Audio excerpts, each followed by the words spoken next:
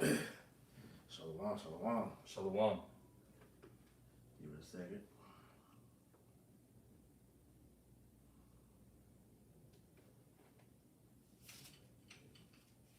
All right, we in there. Okay. You want to open it? Okay. Okay. Shalom. Shalom. Brothers of Great Millstone Charlotte coming at you with another life lesson through the spirit, power, and mercy of Yahweh Bashim Yahushai. Okay, and before we get started with this live lesson, as always, we want to give all praises, honor, and glory To Yahweh, Bahashem, Yahushai, Bahashem, Rakakwadash. Double honors, as always, to our apostles and elders of Great Millstone that taught us this truth and rule well. Peace, blessings, and mercy to the house of David, Habayafta, Wadali, hopeful elect. Unto you we say Shalom. Shalom. Come. Hey, so we just came from watching the new film Oppenheimer. All right, and the spirit hit, of course, to address this topic. Okay, because as we know, pursuant to biblical prophecies, right, there was going to be a time when the Lord will create men to develop this technology with the intent and purpose of being used as the Lord's weapon to do away with the Edomite hegemony. That's right. All right, primarily Babylon the Great. All right. God. So with seeing this movie, of course, the Spirit had us, bless us with the opportunity to bring us some edification upon watching it. Mm-hmm. All right. So Lord willing, you brothers and few sisters be edified out there. That's Shalom. right. This is the book of Job, chapter 33, verse 14. It says, for Yahweh Hashem Yahushua speaking, he said 15, it's like it. Come. It says, in a dream, in a vision of the night, when deep sleep falleth upon men, and the slumbering upon the bed, then he openeth the ears of men, and sealeth their instruction. Right. So when you watch the film, J. Robert Oppenheimer is seen having visions and dreams of this nuclear technology. All right, this invention of an atomic bomb. Mm-hmm. Okay, and at the root of it, for this to have been something that was not seen before, shows that this was all the goings of Yahweh Bashim Yahushai. That's right. Right, the Lord put this man on a path to do this, to create the weapon that he will use to destroy the wicked, man. Right. He was consumed with it, man. Like that was like his driving point. Because it got to the point where, in the movie, he was, when the technology began to come into fruition, he was pretty much getting like little people coming up to him like, look, man, this could go bad later on down the road. But he was so driven off of that, that vision that he had of, creating the at the time it was what bomb was the first? The hydrogen bomb? The first bomb before J. Robert? Yeah. It was the uranium bomb. The uranium bomb. They wanted to top that. So he knew eventually down the line it would get bad, man. But like I said, he was still so driven by it because that was the spirit of Yahweh Bashim Yahushai that was put on him to go forward with that. The angels was working on his mind continuously, where that was his only thought. That was his only goal of what he was trying to do at that point, man. I got a precept for it too. Come. This is Proverbs 21:1. You had it too? Mm-hmm. That's the spirit. It says, the king's heart is in the hand of the Lord. As the rivers of water, he turneth it whithersoever he will. You can break it down. Come. Yep, the Lord has control over the minds of all the people, right? Mm-hmm. Including the king, who is over all the masses of the people. That's right. Showing you the omnipotency of the Lord. That's right. It says, every way of a man is upright in his own eyes, but the Lord pondereth the heart. Right, the Lord is the one that's putting the plans in your mind to do what you do. Mm-hmm. All right, that's why we pray to Yahweh Bashim Yahushai to do what set our paths right. That's right. Okay, but for these devils, the Lord gave them a path that, as Priest Amawan has said, is going to ultimately lead to their own demise and destruction. Mm-hmm. Because the movie pretty much, as you progressed to after everything became successful, they're able to pretty much they tested it and then it was used. You see, the Lord he started to fuck with Oppenheimer, man. He was getting visions. He was actually picturing what those Ammonites went through when the bomb got dropped, and then when he was told the amount of death that came from it directly, and then the byproduct of what happened afterwards.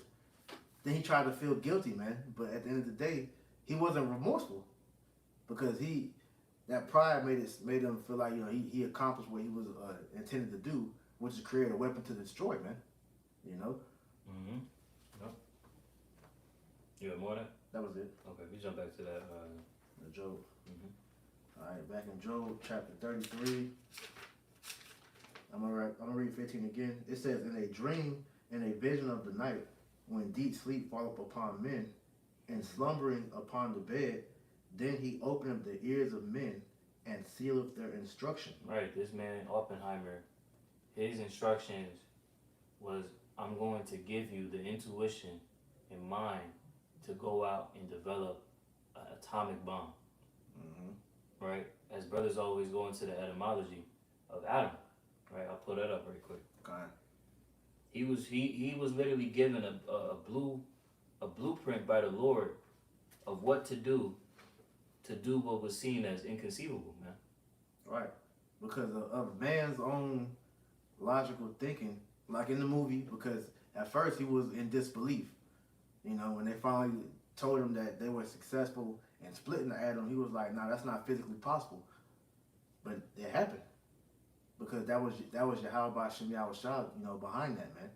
All right, unlocking that new side of his power for you Edomites to use that will be later on used against you. Yep. This is the etymology for the word atom. It says, jumping to the point, from Latin, atomos, indivisible particle. From Greek, atomos, uncut, unhewn, indivisible. From a, prefix a, not, suffix tomos, a cutting, from temnin, to cut, so not to cut. You know? Mm-hmm. But look what he was able to do with the instructions of Yahweh Shem Yahushai. Man. He was able to do what was not seen as something that was conceivable, especially during that time, right? Because they talked about it in the film. They said the thing that happened before, that was the biggest explosion, was that TNT that had exploded on that boat. Right. Right? And then they shift gears into a uranium bomb. Then they shift gears into an atomic bomb. And then it went into the hydrogen bomb. So it was just like the Lord, like you said, was just leveling them up so that it could all reach to where we stand now, where we're on the brink of this man really using these weapons that he's developed over the course of these past decades. Right. Because he literally said that. He was like, look, him and Einstein was talking, and he was like, that formula that we put together that could potentially end mankind. It was like, we figured it out. So this nigga literally went the length of finding out on how to destroy the world, man. Mm-hmm. That's how far this devil is willing to go, man, and his pride, man. Trying to be the most high. And the crazy part about it, when you even go into the whole thing of him using this, technology, he built a bomb to kill his own people. Because the superpower that's at war is always the main target of America is who? Russia. Edomite on Edomite. All right? So he built a weapon to destroy his own kind, man. Which shows you that this man truly is the devil, man. He is truly the son of perdition, man. But the Most High put the spirit on him to be like that, though, man. You want me to get that Revelations for you? You made mention of it. Go ahead. Revelations chapter 4, Revelation chapter 6, verse 4. And there went out another horse that was red, mm-hmm. and power was given to him that sat thereon, to take peace from the earth, and that they should kill one another. To take peace from the earth, man. And that's what he was able to do, all right, in the time that he's been in power, leading all the way up until this point. Mm-hmm. Because with the creation of that bomb, he became the most powerful nation at that point in time. And it was only a matter of time. That's why, you seen Oppenheimer trying to, build a conscience in the latter part of that movie, because he saw that it's going to end up turning to an arms race on who can get the best atomic weapon, which is now the nuclear weapon, because it's a race to who has the biggest, pretty much who can rule. It's all about who can rule. So he who has the most power is he that's going to rule, man. But the Lord has taken that power away from Esau, and now he has spread it to where everybody's capable now, man. But at the end of the day, if it wasn't even for this devil creating that, we wouldn't even be in this position. That's why we know that's the red horse, man. Because with that, he's bringing death to everything with that nuclear bomb, man. Yep. There's no survivors when it comes to nuclear war, man. All right, but the survivors, according to the Bible, is the elect, because the elect is going to be beamed up in those ships, while the fire is consuming, different parts of the earth. That's right. Yeah, this is the point just you had made mention of. The sign that he is, that red horse. Mm-hmm. Verse 4 in the latter, and there was given unto him a great sword. So he had the ability to do what? Make fire rain from heaven, right? Create this killing instrument that had never been seen before, right? When you look at World War I compared to World War II, it's a drastic jump in means of arms. Right? You went from, little handguns, right? Rifles, and then you just jump into atomic bombs, atomic weaponry, right? And then it's shifted into the Cold War. And now, you look at us now, we're on the third war. We're coming up on that third war. Right. So how much worse now? And then on top of that, just to add to what you were saying, now the Lord has spread the playing field more evenly, because now you got these smaller nations that now have nuclear capability to rival what America has, man. All right. As the scriptures say, let the weak say I'm strong. I can get that. Come. Because at the end of the day, the Lord is putting the spirit on all this the nuclear arms race, man, because it's all leading to the prophecy of World War III. That's right. All right, so I got a quick one before I get that one. Go. It's for you. This is Isaiah 54:16. Behold, I created the smith that blow up the coals in the fire. Right, and then the smith representing the nuclear physicist, Slovakia, I misspoke. Right, and it actually showed you that in the film when Einstein and J. Robert Oppenheimer are discussing the creation of the atomic bomb. You hear that smith, the blacksmith in the back, hammering away, right? Showing you that those are those smiths, man. Right? Can you read that one? Isaiah 54:16. Behold, I have created the smith that blow up the coals in the fire. Right, the nuclear missiles. And that bringeth forth an instrument for his work.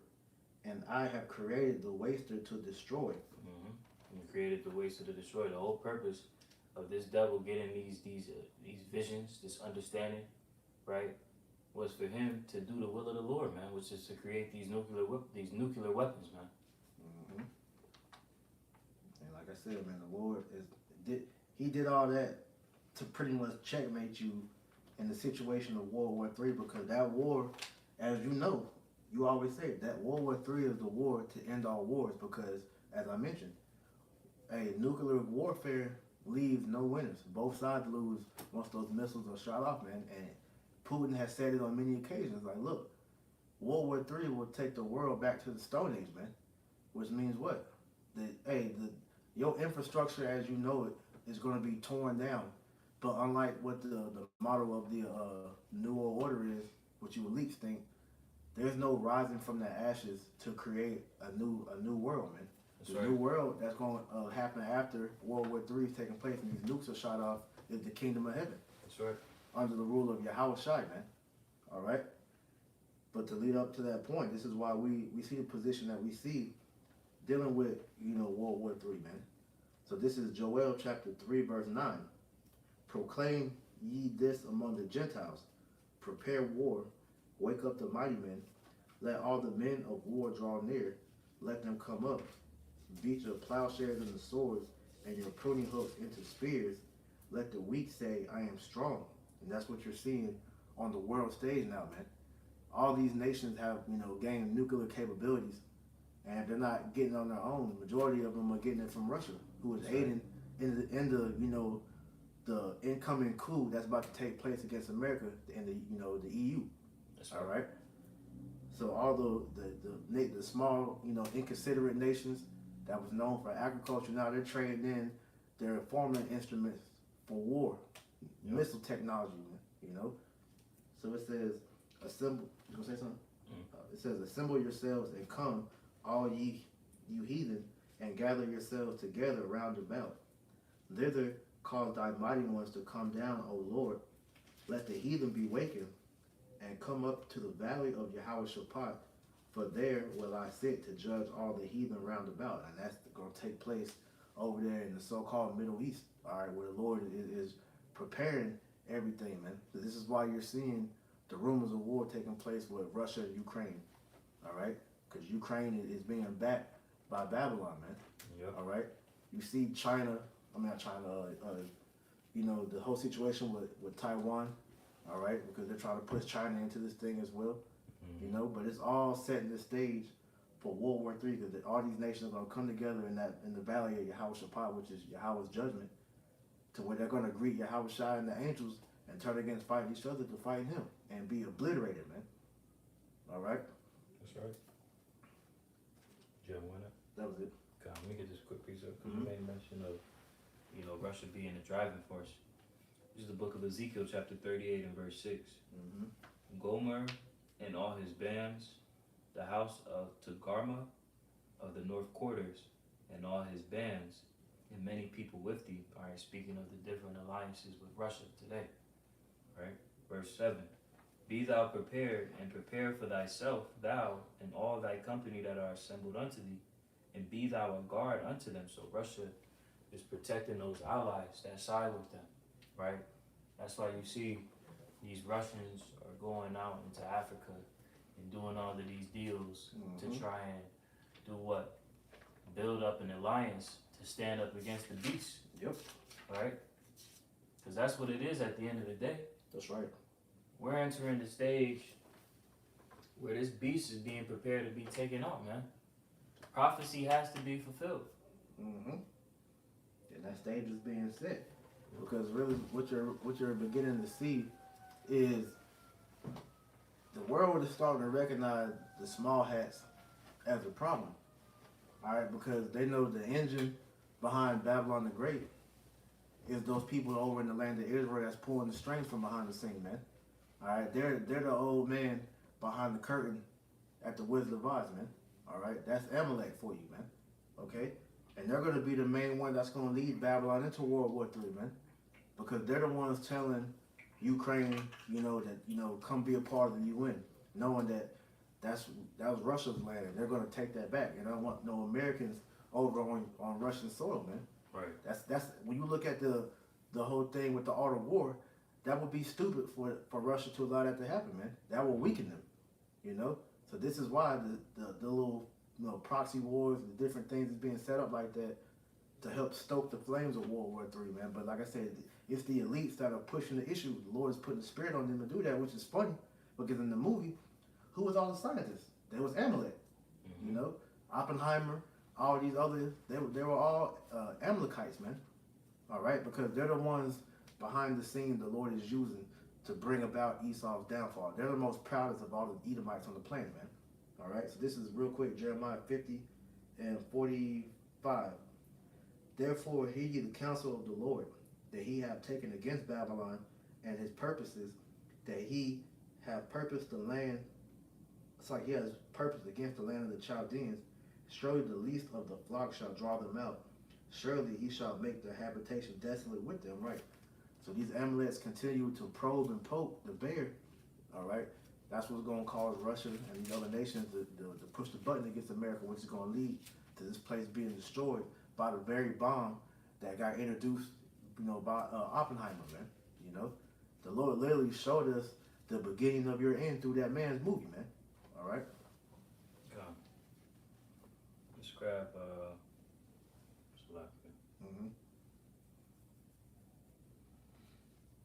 Let's grab Jeremiah 50 and 23. Fine. I'm going to jump up. Jeremiah 50 and 23. It says, how is the hammer... I'll start 22. It says, a sound of battle is in the land, and of great destruction.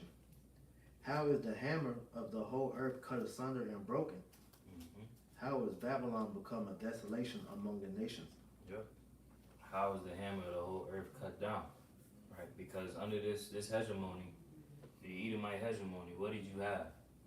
Nothing but death and destruction get brought forward, man. Right? And and then just brought about different tactics to enforce his policy throughout the entire earth, right? Making everybody sleep with the whore. Yep. Right? And in doing so, that destroyed a lot of nations. Yep. Right? But it says that the hammer is going to be cut down. Right? Continuing on, it says, I have laid a snare for thee, and thou art also taken, O Babylon. Excuse me. And thou was not aware, thou art found and also caught, because thou hast striven against the Lord. Right, you're found. Alright? Meaning that you've already got a predetermined destiny with your destruction, man. Alright? The scriptures is telling you already, look, the account is written. You know? God. And like I said, the movie is spiritual because, like I said earlier, Oppenheimer was getting plagued by the Lord. Because I believe through the Spirit, this is just me speaking as a man, the Lord more than likely showed him, that would be their end as a nation. Yep. And you were the one to usher in the beginning of that technology to be introduced into the world. So I believe the Lord showed him, look, this is what's going to be the end of your people, man. And he was seeing people burning. He was acting like he was amongst the fire. You could see the people being affected by the radiation, poison, all that, man. So hey, the Lord put you in the trick bag when He allowed you to create this bomb that was going to spell your own destruction, man. Keep going. On that? I'm on 26 now. You want to keep going? No, that's fine. I'm going to grab this right quick. You got it. This is Revelation chapter 13, start at verse 12. And he exerciseth all the power of the first beast before him. Alright, speaking of the ancient Roman Empire. And causeth the earth and them which dwell therein to worship the first beast, whose deadly wound was healed. So today, modern Babylon the Great, which is America, right? They exercise the same system of the ancient Roman Empire. Okay? Through this system, through this hegemony, the first beast is revived, it's living. Okay? Because it's that vibration of old coming back. Right? And these are the same exact people. Right? I forgot the book, the dictionary that explains the nation of Edom and their connection to Rome. You're not talking about the Zondervan, right? It's not the Zondervan, it was one that one Sagalai had added. Oh, it's like biblical baby names or something like that? I think so. Something like that, yeah. But if you look it up, Edom is actually shown to go back to the Romans, man. Yeah. Idumeans. They know that's how you say the Edomites in Greek, right? If I'm not mistaken. But anyways, that shows you that that's the same people. All right. Verse 13. Shalagi at the ladder. Verse 12. Whose deadly wound was healed. Okay. So the system, it was stopped and then it was revived through Babylon. Right. Verse 13. And he doeth great wonders, so that he maketh fire come down from heaven on the earth in the sight of men. All right, and that's what he did. Right, going back again to the atomic bomb. Right, J. Robert Oppenheimer. Right, but as we've been going into with this lesson, this is ultimately going to lead to your destruction, man. These weapons that you are the only person to have used, right, is going to be used on you and destroy your hegemony. And the ironic part about that through the Spirit is the Lord allowed him to make a weapon to where he believed that shit, I'm going to go out, I'm taking everybody with me. But the Lord's going to allow you to do that, but save his people though. That shows you how you're not in control of this thing, Esau. You're in a complete trick bag, man. The Most High is literally luring you to your own destruction, man. All right? You got some more? Yeah, just one more precept. Isaiah 9 and 5. I'll read it for you. This is Isaiah chapter 9 and verse 5. For every battle of the warriors with confused noise. Confused noise being, the swords clanking against each other, the screaming as they charge into battle and all that, man. Because combat back then was fought hand to hand before Esau created the gun, man. Go ahead. And garments rolled in blood. Yeah, hand to hand and weapons, Salaki. Go ahead. But this shall be with burning and fuel of fire. Right. Because now that you got nuclear capabilities, and the nations know that that's the end all be all, man. All right. Push them nukes. Whoever has the best nukes, pretty much, you know, are the pretty much king of the hill, man. Mm-hmm. You know. Yep. That's the point right there. Kind of. So at the end of the day, man, the Lord is going to be to show you, He's really the king of the hill, man.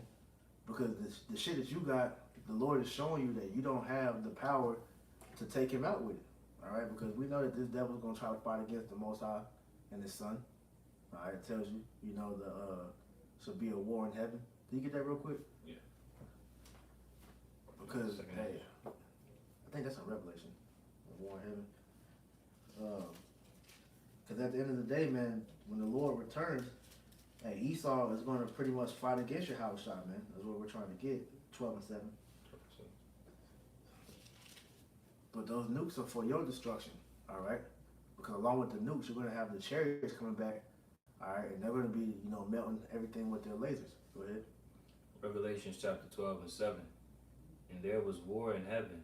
Michael and his angels fought against the dragon. And the dragon being you Edomites, all right? As we read, you know, you are that serpent. Because when you look up a dragon, it goes back to a serpent, all right? And that dragon is also in Revelation, all right? But at the end of the day, you know, you devils are going to lose when you go against your house side, man. All right, and it's showing you how we know that because you had various reports come out that chariots are appearing over military, you know, bases and deactivating the missiles to show you that you're not in control, Esau. If that's your greatest weapon, how can the chariots deactivate your greatest weapon? That shows you you're not the most powerful. You're not running that, man. Mm-hmm. You know. And the dragon fought and his angels and prevailed not. And prevailed not. You're gonna lose. And at the end of the day, they know this, man. You know. But like I said, he's in that spirit of, well, fuck it. If I'm gonna lose, I'm gonna die and take everything with me. You know, that's what the outcome of nuclear warfare is, man. But like I said, the Lord is he's gonna protect, you know, the earth, because the earth's not gonna be destroyed like he thinks the nuclear missiles are gonna do. It's only gonna cleanse the certain areas that they hit, all right, and create new places, man. Okay. Any more? Yep. Verse 8. And prevailed not, neither was their place found any more in heaven. Right, because the end result of all that is going to be you are going to be completely wiped out. The nuclear missiles are really here to erase your existence of rulership after they hit. Mm-hmm. No more statues, no more monuments, no more anything of Esau, Edom even attempting to like he ruled. All that's going to be done away with, man. Oh. Because that's the significance of the Lord's destruction against you. And that's what's going to make everybody know that was Yahweh Ba'Shem Yahushua that did that, man. All right? And I got a quick precept. Okay. This is the book of Romans, chapter 9 and 17. It says, for the scripture saith unto Pharaoh, even for this same purpose have I raised thee up. The Most High is the one that put you in this position to where you think that you are as God, you are becoming as God, man. All right? Yeah, you were given the creation of destruction through those nukes, man. All right, but it's a power that gave you that. All right, it says, and for the same purpose I raised thee up, that I might show my power in thee, that my name might be declared throughout all the earth. All right, and you're nothing more than a reenactment of what happened with Sodom and Gomorrah when the Lord rained fire down from there on that wicked generation, man. That's right. He just allows you to create that on a bigger scale. All right, that's gonna completely wipe away all you remnants of wickedness, man. All right. Go ahead. You got something? Mm-hmm. Go ahead. Malachi chapter 1 and 4. Whereas Edom saith, we are impoverished, but we will return and build the desolate places. Mm-hmm. Thus saith the Lord Yahweh of hosts, they shall build, but I will throw down. All right, so we know this man's system is about to be thrown down. All right, and there's not going to be any, as the brother says, it's not going to be any, I'm coming out the ashes. Right, as that phoenix, nope. Right? No, your first course of action is you getting put into chains and shackles and hardcore bondage. That's gonna be your first course of action, man. Mm-hmm. You're not even gonna have the idea of thinking about we're gonna rebuild. Well, actually, no, they are gonna have the idea. It's just gonna be on our pretense. Yeah, you ain't gonna be able to do nothing with it though. Exactly. Your whole MO is to build but not enjoy. Your hands is just gonna be there for 1,000 years doing hardcore slavery, and then you'll be eradicated. That's right. And the nuclear missile is the beginning of that, man. That's the beginning of your downfall because then you're gonna see the nukes was never yours. That's the Most High sword, man. That's right. He just used you to create it and then to use it. Right? And they shall call them the border of wickedness, and the people against whom the Lord Yahweh hath indignation forever. Okay? Mhm. So that indignation, as the scriptures tell us, that wickedness hath exceedingly polluted the whole earth. The Lord is at his boiling point with these niggas, man. Right. The Lord is preparing to bring mass judgment to the house of Esau, man, for all the wickedness that it's done. Can you jump to chapter 4 and 1 Mhm. in that same book? It says Malachi chapter 4 and 1, for behold, the day cometh that shall burn as an oven. And that's what's going to be Babylon the Great's future, which Oppenheimer seen. And what's dope about that movie, it puts you in the midst, like you were there when that bomb exploded, man. You saw the fire, you felt the force, you know, when it exploded. You felt that in the movie, man. So imagine that on a higher scale with the ICBM nuclear missile when they hit, man. And that was just a test that they showed in the movie, man. You know? So this place is going to be, like the bar goes into the degrees that's in that missiles, and those missiles are like millions, billions, you know, degrees hot, man. And you're just going to be sitting there in that lake of fire just getting burnt the fuck up, man. If you are a wicked nigga. Mm-hmm. Go ahead. And all the proud, and all that do wickedly shall be stubble. All the Edomites, all the other heathen that's over here, and you 2/3 niggas, man, all gonna find your part being burnt alive in that lake of fire, man. Continuing on. And that day that cometh shall burn them up, saith the Lord Yahweh of hosts, that it shall leave them neither root nor branch.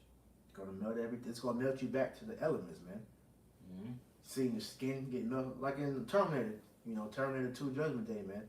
See the skin get burnt off, then the muscles, then the tendons, the bone. Then your bones just blow up and turn into dust, man.